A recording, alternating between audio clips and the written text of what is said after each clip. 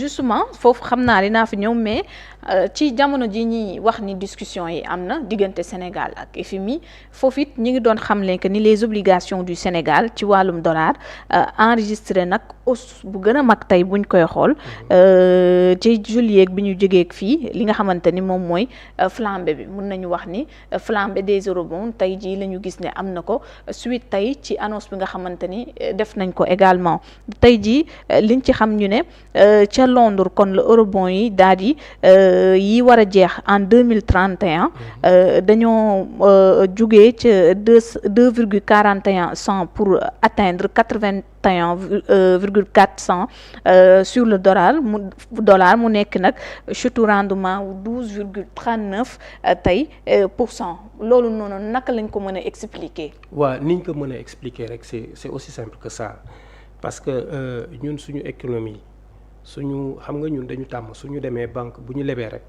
taux bi ñu appliqué taux boobu rek la ñuy jàpp nii moo fi nekk moom ngay fay ci base boobu ngay fay alors que tey bu ñu la lebalee xaalis ki la lebal xaalis li mu la lebal bor boobu du koy jël di ko jaayaat. ki la lebal tey. waaw bor boobu mu téye. du ko téye maanaam daf koy jaayaat. d'accord ci marché bi loolu ay marché la yoo xamante ni dafa xaw a complexe. ci diggante jaay bor boobu ak leneen loolu moo tax ñuy wax naan yokk na walla wàññeeku na walla dafa atteindre benn seuil bi loolu yëpp pour ñoom ñi nga xam te ñoo war a jaayaat bor bi la. d'accord mais ñun contracté nañ ko ba pare. cherté bi mënul gën a cher si ñun maanaam pour ñi nga xam te ne ñu war a spéculer waat ci ñooñu lay am impact mais mënatul am impact ci ñun parce que ñun biñ koy signé. lépp dañ ko encadré dafa leer dañu signé bor bi naanaam ci nangami période lañ koy def ainsi de suite loolu signé nañ ko ba teg marché yi nag la volatilité des marchés ak les systèmes de notation yi nga xamante ni ñu ngi koy teg ci loolu. ñooñu c'est pour ñi nga xamante ñooy spéculer derrière li nga xamante ni ñun signé nañ ko ba pare jël nañ ko ba pare. waaw loolu seen yeneen marché la. d'accord voilà. Parce que depuis ce matin ñuy dégg les eurobonds du Sénégal ont flambé. lu positif donc lañ koy mën a jàppee. suñu waxee les eurobonds ont flambé man tey eurobond wu Sénégal yi. bu fekkente ne ni nga ko waxee noonu lañ ko waxee dafay jàpp dañuy jàpp ni tey intérêt yu ñu tegoon ci loolu day gën a élevé parce que le risque bi moom moo tax ñuy wax parce que dañ ko noteel tey négativement dañu wàññi dañ dégrader sa note donc ça élève le risque voilà. Alors tey bi ñuy wëyal dafa am loo xamante ni tamit ni mu dikkee dafa mel ni gouvernement bi comprendre ko. Ndax réaction yi Moody's ni mu noté réewum Sénégal parce que bu ñu sukkandikoo ci lu ñu wax jugee na B3 dem ba CCAA1 loolu it naka la ñu mën a jàngatee notation bu ni mel d'autant plus que Sénégal nee nañu mi ngi def ay jéego yoo xamante ni quand même remarquable na ci surtout investissement yi wala ci wàllum transparence jamono ji en tout cas optique bi ñu jël ngir doxal. waaw xam nga. ay institutions yu mel nii ay Moody's ak yeneen man damay jàpp ni rek c'est des indicateurs de confiance ñoom fa ñu toog maanaam dañu am écho rek tout de suite ñu jël seen appareil rek photo rek jël loolu teg dégradé du benn yoon lañ ko dégradé du benn yoon du ñaari yoon mais ci li ñuy dégradé yëpp ñoom dañuy basé wu sur notre historique di dégrader par rapport ak mais xooluñu li nga xamante ni am nañ ko ci projection li nga xamante ni réew mi mu ngi koy am ci kawam ci ressources ak yeneen di projeté wu dans le temps ils ne se sont pas projetés dans le temps s'ils s'étaient projetés dans le temps tey jii nii duñu dégrader suñu note parce que nous sommes en période d'exploitation de nos ressources minières tey ñu ngi ci pétrole bi dégg nga parallèlement parce que toujours booy wax da ngay xaw a comparer avec ton voisin d'à côté on ne boxe pas dans le même camp mais c'est notre voisin la Guinée gis naa récemment que moom tamit am na une note positive par rapport ak notation yi système de notation yi voilà lan moo tax ñu notel leen loolu parce que dañu xool ci seeni ressources moo tax ñu notel leen loolu notation foofu la jógee mais bu ñu xooloon seen historique du ñu avancer mais ba tey man je trouve ça positif pour un pays africain ñu notel ko ñu positivement c'est toujours positif mais Moody's concernant le Sénégal dama ni tey jii nii man personnellement je remets en cause le système de notation de Moody's. Pourquoi si kaw bu ñu jàppee ni lu mënta ñàkk la wala boog nangul nañ ko ni am na foo xamante ni dinañ ci sukkandiku ci ay waxam. dëkk boo xamante ni impôt rek la doon dundee musuloon am pétrole musuloon am gaz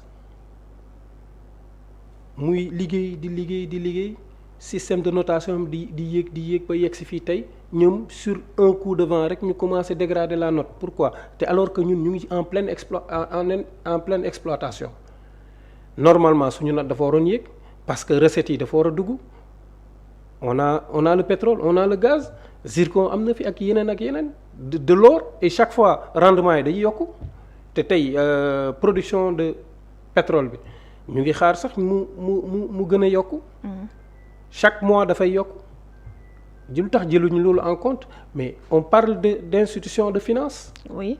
Voilà lii dañuy notel ci confiance nañu wax ci perspective yi nga xamante ne am na fi booy noter boo xoolee ci historique mais gëstul ci perspective yi di nga xam ne économiquement historique bi ça n'a rien à voir avec les perspectives.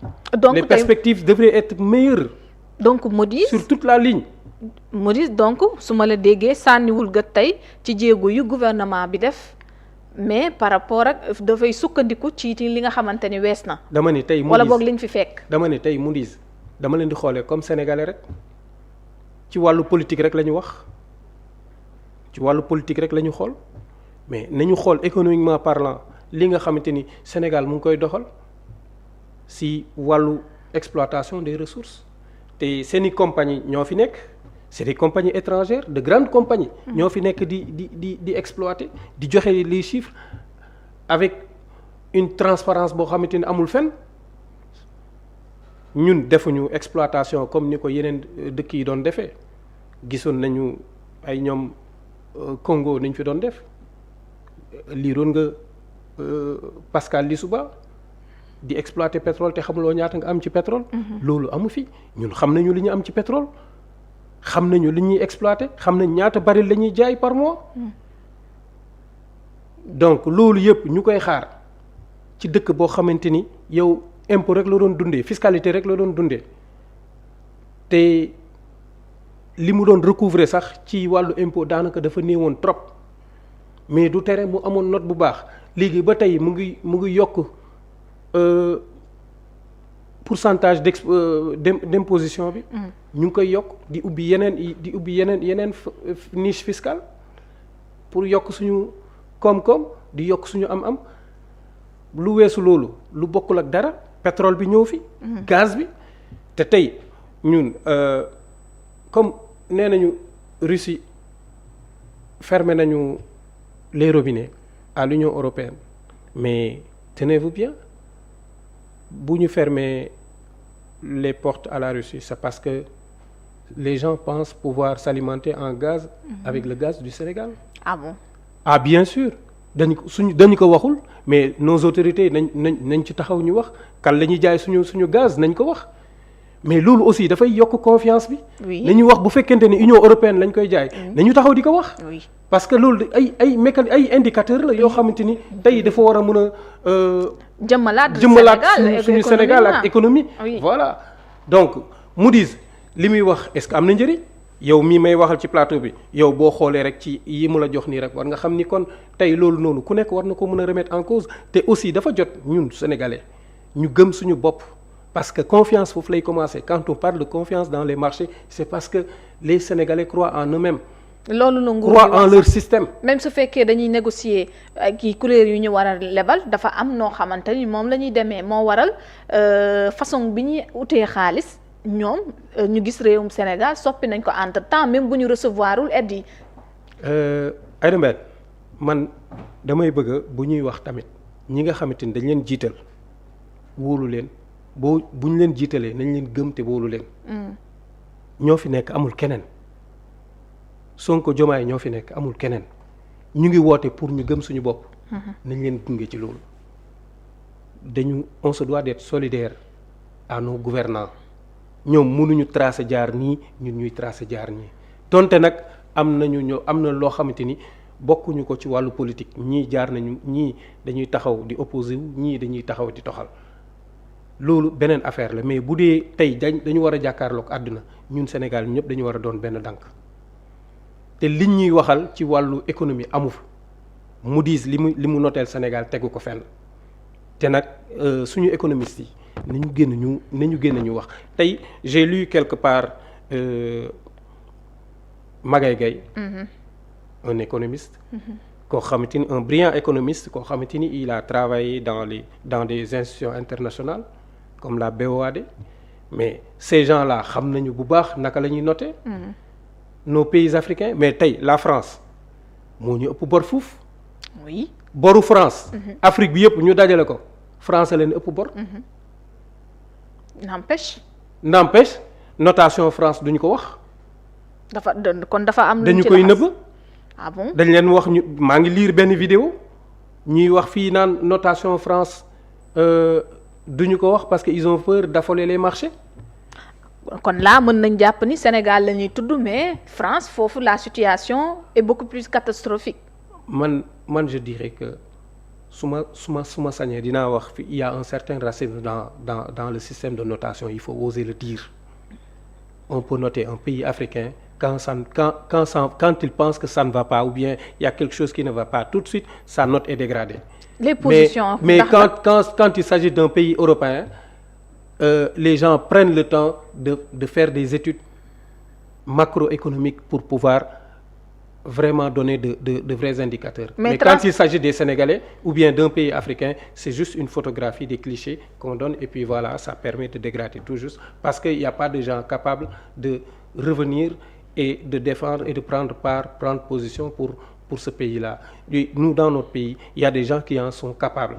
Et il faudrait que maintenant que les gens se réveillent, qu'ils investissent les plateaux parce que ce qu'on entend de l'Hexagone, ce n'est pas ce qui se passe dans ce pays. Alors le ministre gis nañu réaction bi mbir yi amee sax jàpp na ni méthode yu ñu utiliser pour faire le calcul wala boog notation bi dafa xaw a biaisé wu ndax gis nañu bu ñu sukkandikoo ci li war a tax ñu mën a noter Sénégal en tout cas li ñu gis ak li am c'est le contraire. moo waral tout de suite may wax léegi on se doit d'être solidaire de nos gouvernants. mais Moody's dafa war a ànd ak transparence ndax naka la ñu mën a nëbbee note France jamono ji ni ñu mën a tuddee Sénégal ne wàcc na noonu la wàccee ñu nëbb ko fësal quand même bu réew mi wala bokk ak yeneen i réew. mais dama lay jox benn exemple en 2008. Lors de la crise des subprimes Moody's dafa noté loon Enron. da leen jox note bu baax et plein de banques. dañu amoon ay notes yu baax. fan la mujjee une semaine après ñu fayit ñoom ñëpp crise am Moody's fan la nekkoon fan la ñu nekkoon ba waroon mën a anticiper sur la crise mais tey est-ce que ñun war nañ leen ñooñu noonu war nañ leen jox confiance encore war nañ leen gën a déglu mais écoute ay indicateurs ay baromètres la ñu am pour mesurer la confiance mais foofu rek la yem. pourtant am na ñuy alerter tey da nga wax des économistes mais am na ñu jàpp ne lii alerte la su si nguur gi amul changer xool discipline budgétaire bi xool nu ñuy utiliser koomu réew mi note bi dina gën a mën a wàcc que fii mu ne. mais alerte bi ñoom dara gënu leen ko ñoom ñi nekk au cœur de l'action économique ñoom kenn gënu leen ko xam. bu yàggul. le fi suñu président wax amuloon marge de manœuvre. oui le président Diomaye. lan moo indi plan te pourtant boobu ñu ngi nekkoon ci beneen phase. doon xalaat teg vision Sénégal 2050 ak ay perspectives yu baax. mais tey bu ñu xoolee calcul yi ak fi ñu jëm. ñoom ñu xoolaat seen calcul xam ni. fi ñu jëm tey ak li ñu yaakaaroon li ñu doon xaar ci. recette amuñu ko mais dañuy defaraat seen copie pour mën a gën a mën a jekk mën a avancer mais ci defaraat copie boobu ci le plan de redressement bi génn mais bu ñu taxawee ne dañu war a redresser suñu économie parce que am nañu gis nañu ay jéego yoo xamante ni doxoon nañ ko tegoon nañ ko te demul mais dañuy redresser dañuy defaraat mais ci wàllu defaraat boobu nag su leen ci leneen ak leneen fekkee mais ci defaraat boobu sax dafa am ci loo xamante ni lu bëri nit ñi dañ koy fàtte ñu ngi wax redressement mais tout tere am nañu ay les perspectives doivent être meilleures. Comme quoi fan la ñu war a gën a mën a centraliser ba tey je le répéterai l'exploitation du pétrole et du gaz. D'accord. Sonko, notre premier ministre, nous disait quand il était dans l'opposition, il fallait plus parler de gaz que de pétrole. Ouais, pourquoi aujourd'hui, lui, il ne parle pas plus de gaz que de pétrole? Pour relever les chiffres de notre économie, pour relever un peu la confiance, remettre en selle l'économie sénégalaise, pour pouvoir mieux le vendre à l'étranger ou un peu partout, pour attirer les investisseurs. Mais il y a plein de pistes. Il faut qu'on aille vers ça. Moody's, il va falloir l'oublier. Demain, on passe à l'action. Et puis, je pense que le ministre, il a commencé. Maintenant, le FMI, c'est une institution et ils font de la diplomatie. Nous aussi, Sénégal, nous avions une diplomatie très avancée. Donc, c'est ce qu'on va continuer de faire. On va continuer de négocier et pour voir par quels moyens nous pourrons accéder à leur financement. Un point, c'est tout. Alors, yaa ngi wax bu bëri ressources yi te tey bu ñuy wax nag économie endogène kon loolu dafa nekk lu bëri loo xamante ni buñ ci sukkandikoo dina mën a régler problème yi nga xamante ni gouvernement bi moom la jàkkaarlool. waaw gouvernement moom rôle am toujours régler ay problème la.